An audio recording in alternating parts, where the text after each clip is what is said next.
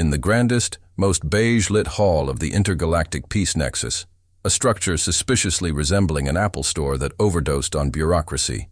Administrator Klux Vib floated 3 centimeters above the polished neutronite floor, glowing faintly yellow with professional dread. His job, tragically, was to greet the newest representative species to the supreme consortium of sentient species, Earth.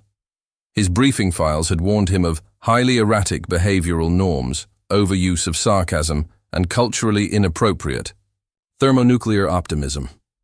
What slithered through the security arch next was worse. Commander Jenna Briggs, clad in matte black camo flecked with glowing yellow hazard stripes and wearing a braid that looked like it could choke a rhino beast, strutted in with the swagger of a woman who thought diplomatic immunity came with a sidearm. In her titanium left hand, because of course it was titanium, she carried a black briefcase radiating enough heat to trip 3 radiation alarms. "Halt!" squeaked the intake drone, backed by a bureaucratic jelly being nervously flashing. A warning hue. "Unauthorized weaponry is strictly—" "It's my lunch, Sparky," Jenna snapped, slapping a clearance badge onto the nearest scanner. "Stand down before I file a complaint with your motherboard." Klux Vib, already dimming with panic, watched in mute horror as she stomped past the 10-foot statue of the peace accords, which she casually patted on the butt, straight into the Nexus Central Chamber, home to 9,000 years of carefully constructed galactic diplomacy, and declared, "Y'all hungry, or do I need to start a war first?" Inside her lunchbox was not a weapon, but a weaponized Texas-style brisket wrapped in anti-grease foil and slow-cooked in a solar oven that had once belonged to a war criminal. The scent alone caused 3 Ugarthian delegates to enter.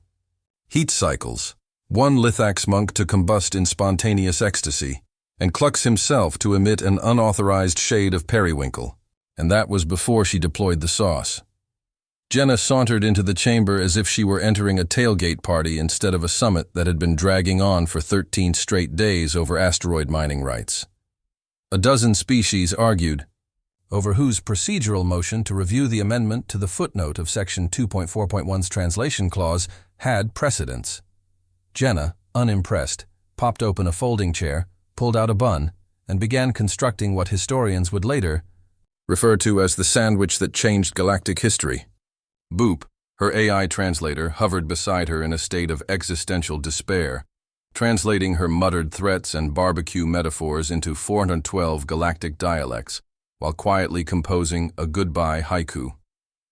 Sergeant Brick Mahoney entered behind her like a wrecking ball with legs, hauling a mini-grill, a bandolier of condiments, and what Klux swore was a live boar on a leash.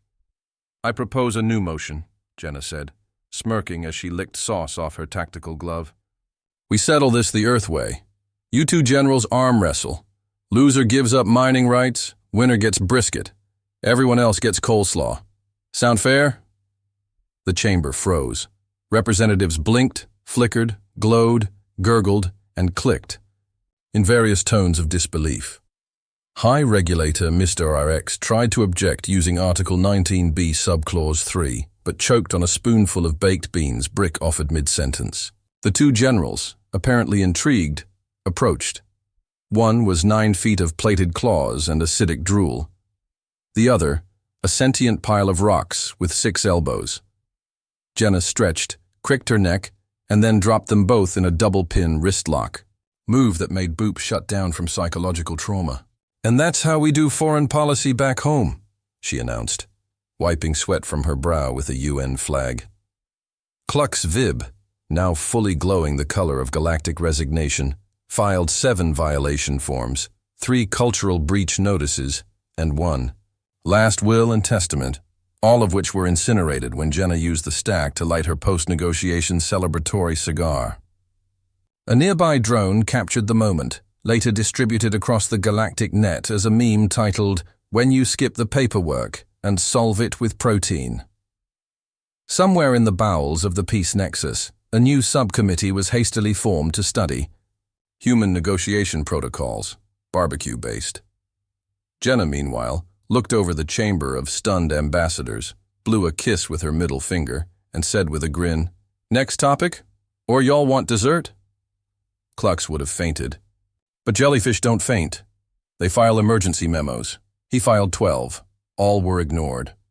Part 1 of Galactic Peace had just begun, and it smelled like mesquite smoke and interstellar regret.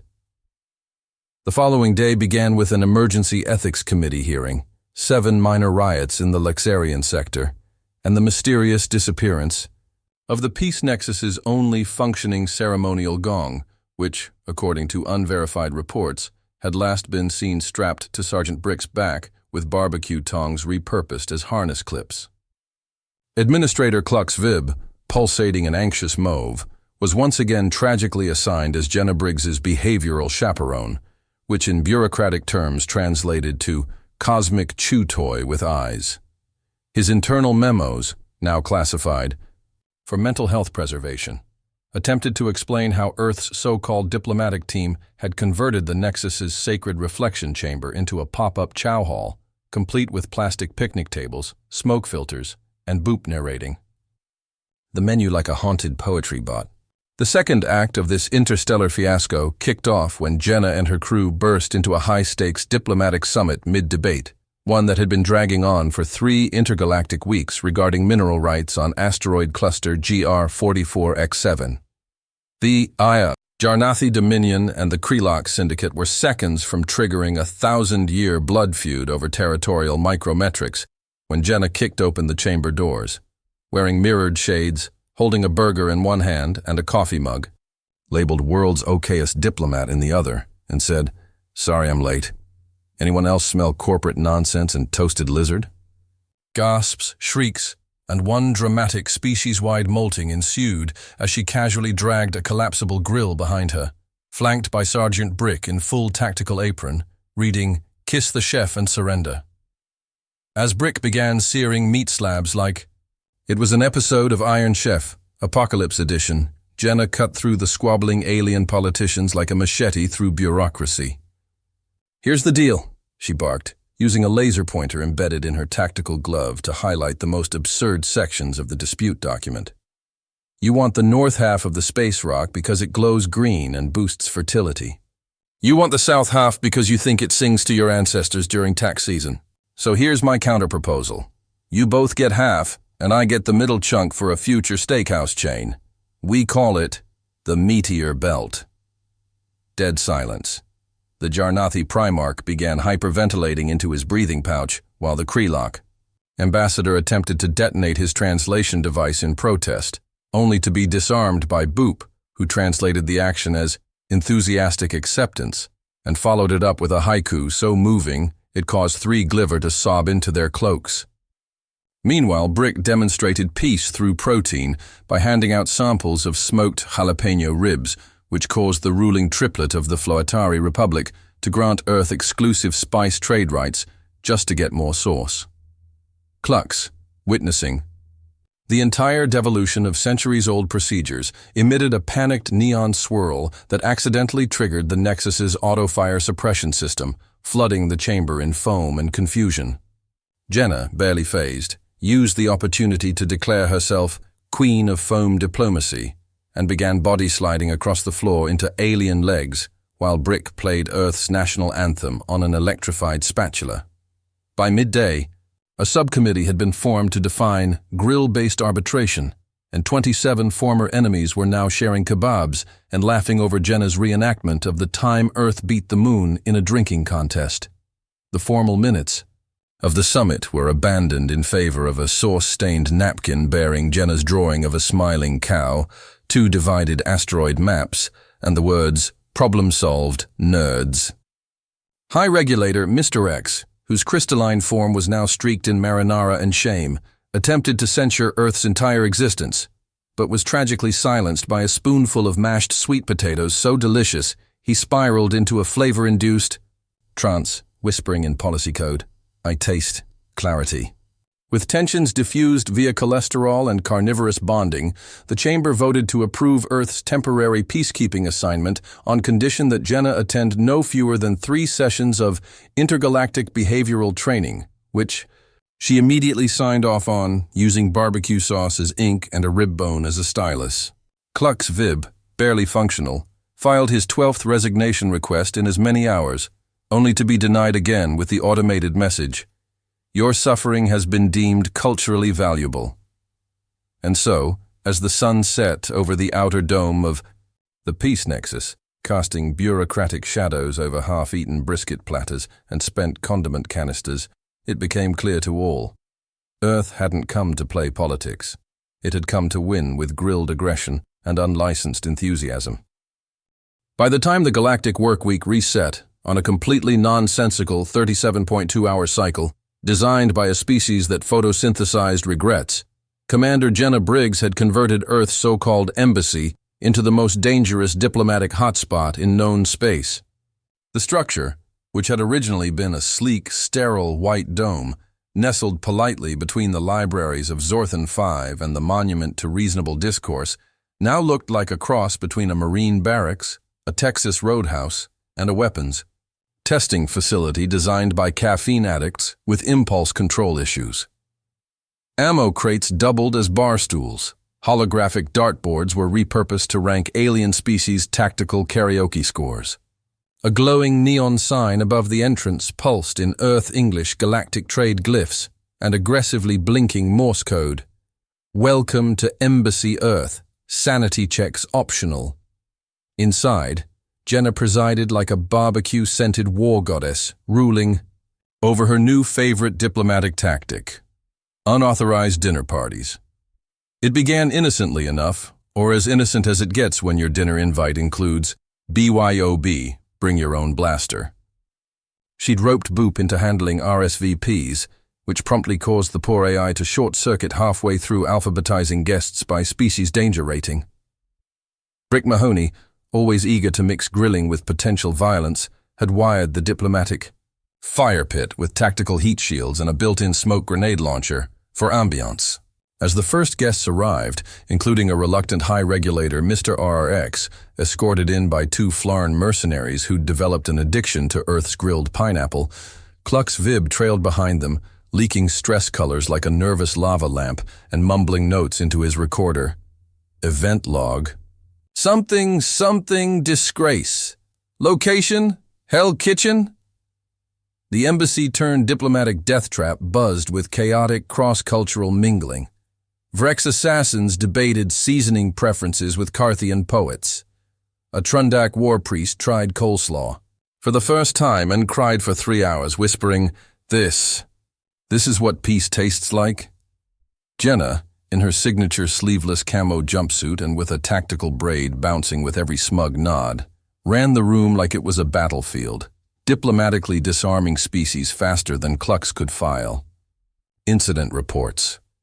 The infamous PowerPoint, "War is dumb, let's eat," was projected onto the embassy wall via jury-rigged plasma rifle.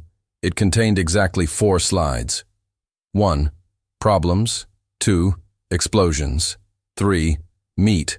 And 4. A Venn diagram where all 3 overlapped to form the word solutions. Applause erupted. Boop, now partially reprogrammed with stand-up comedy subroutines, followed the presentation by roasting galactic leaders in 17 languages, including interpretive dance and scent-based insult pheromones. Sergeant Brick concluded the entertainment segment by singing God Bless the Grill while flipping a slab of meat the size of a diplomatic shuttle. Somewhere between the 10th round of tactical karaoke and a surprise sparring match between 2 rival planetary envoys, which Jenna refereed with a beer in one hand and a foam bat labeled conflict resolution in the other, Klux began to feel something strange. Not indigestion, he had no organs, but something worse. Hope.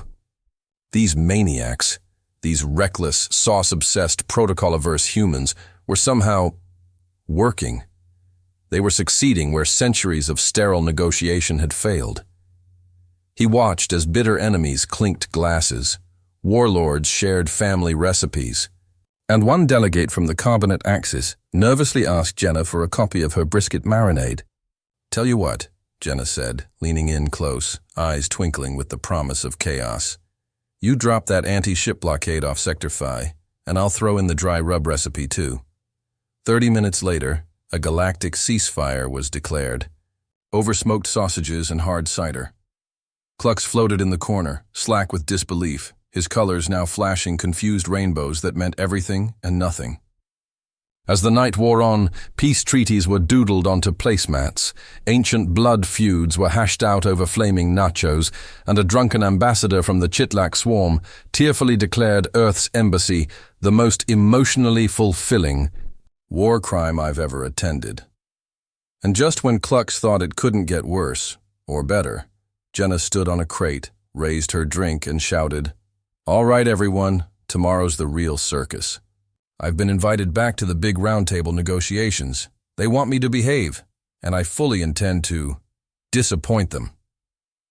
The room erupted in cheers, weapon salutes, and a spontaneous group chant of, "Treaties taste better with bacon." Klux Vib didn't even try to stop them this time. He just activated his external backup memory core, whispered, "I'll need this for therapy," and floated into the punch bowl. Peace, it seemed, had a new flavor, and it was disturbingly delicious. By dawn, or the closest approximation provided, by the Peace Nexus's artificially simulated circadian glow, Administrator Klux Vib had officially reached the 6th stage of diplomatic grief, weaponized resignation. He floated behind Commander Jenna Briggs, like a condemned jellyfish, preparing to witness the universe's most flamboyant war crime, disguised as a policy meeting. The Grand Conclave Hall, a towering amphitheater of sterile curves, shimmering, data streams, and depressingly earnest ambient harp music, was packed to capacity.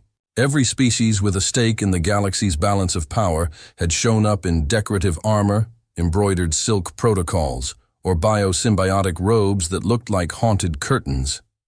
Jenna, by contrast, entered wearing her scorched seal-grade combat fatigues, her hair still wet from a tactical shower she took under the embassy's coolant vent, and her coffee mug swinging from her hip like a holstered sidearm. The mug, now updated to read Diplomacy Level Nuclear, clinked cheerfully with every step.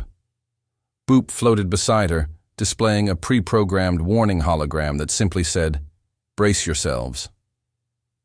Sergeant Brick followed with a custom-built, rolling cooler labeled Treaty Enforcement Grill and a crate marked Emergency Sausage Stockpile for official use only. Klux had stopped glowing entirely, his colors dimmed to bureaucratic gray as he whispered to himself, "This is how empires fall, slowly, then with brisket." The High Council took their seats, glowing with smug anticipation, and the kind of pomp only achievable by beings who'd never been punched during a ceasefire. High Regulator Murex, shimmering and brittle with barely repressed hostility, clicked his crystalline mandibles and addressed the hall in his most sanctimonious register. "Let the record show that this is a final attempt to establish cohesive interstellar conduct, and that Earth's delegate is on notice." Jenna responded by biting into a grilled cheese sandwich with tactical precision, then raised one eyebrow like a planetary middle finger. Mr. RIX continued, "Earth will henceforth conform to all diplomatic protocols, including but not limited to cessation of food-based arbitration, outlawing of karaoke diplomacy, banning of—" Jenna stood. Just stood. The room quieted like someone had hit the mute button on reality. She placed her sandwich on the podium, pulled out a flash drive labeled Plan B, Emotional Collateral, and plugged it into the main projector. The lights dimmed. A presentation loaded. Title slide, "Galactic Peace is a clown show, but—" "I brought balloons," Klux audibly groaned. What followed was the single most unorthodox declaration of peace in Council history. Slide 1 was a pie chart titled "Why Y'all Keep Fighting," with 90% marked as petty ego, 5% as old grudges, and the last 5% as "because my dad said so." Slide 2 showed images of every major warlord, dignitary, and coalition leader from the past century, juxtaposed with photos of them crying over pulled pork at Jenna's embassy party. Video footage played next, the Chitlak delegate sobbing into a corn dog, the Jarnathi Primarch singing karaoke with Brickin, A neon feather boa and the Flotari twins screaming, "We love you, Mama Jenna," while waving sparklers. The final slide? A single, high-definition image of Jenna, shirt slightly burned, fist raised in a greasy salute, with the words, "Barbecue brings balance," glowing underneath. Half the chamber choked. A few tried to object, but were drowned out by an unexpected standing ovation from the Orc delegation, who began chanting, "One of us, one of us," while pounding the floor with ceremonial meat cleavers. High Regulator Mr. X rose to deliver what he believed would be a scathing rebuke, only to be interrupted by Brick flipping a single sausage onto his podium with surgical precision. The crystalline bureaucrat stared at it for a long, trembling moment, then slowly, silently, took a bite. The room held its breath. It has notes of peace," he whispered, collapsing into his chair as the hall erupted in applause. Flash photography, and at least one traditional mating ritual triggered prematurely by a spicy pepper sample. Jenna, savoring the chaos like a fine wine, leaned toward the mic. "We don't need more subcommittees. We need less BS and more BBQ. You want unity? Try feeding people before you file a war declaration. Trust me, it's harder to invade someone when you've seen them cry-laugh into a rack of ribs." By vote, 74-1, with one abstention due to source-induced spiritual awakening, the Council declared the Briggs Doctrine officially ratified, a revolutionary policy wherein major disputes would first be mediated by cultural exchange feasts, live fire karaoke, and one sanctioned tactical wrestling match. Jenna was promoted to Cultural Enforcement Consultant, given command over the new Galactic Mediation Corps, aka Team Peace through Grill Power, and awarded the highest civilian honor in the consortium, the Golden Tongue of Tolerance, and Yao. Edible metal made entirely of smoked brisket and served with a side of universal amnesty. Klux Vib, reeling from what he now categorized as a high-functioning psychological collapse, quietly submitted his final report. Subject Jenna Briggs, dangerously effective. Recommendation: never leave Earth unsupervised again. Ever. The Peace Nexus had changed. Permanently. Gone were the dusty protocols and redundant rituals. In their place stood Jenna, 1 foot on the council table, raising a cup of coffee to the stars and smirking as she declared, "Next stop, the Gragan. Empire. I hear their emperor's a vegetarian. Let's fix that." And with that, humanity didn't just join the galaxy. It hijacked it, with charm, fire, and just enough sauce to burn history into something worth chewing.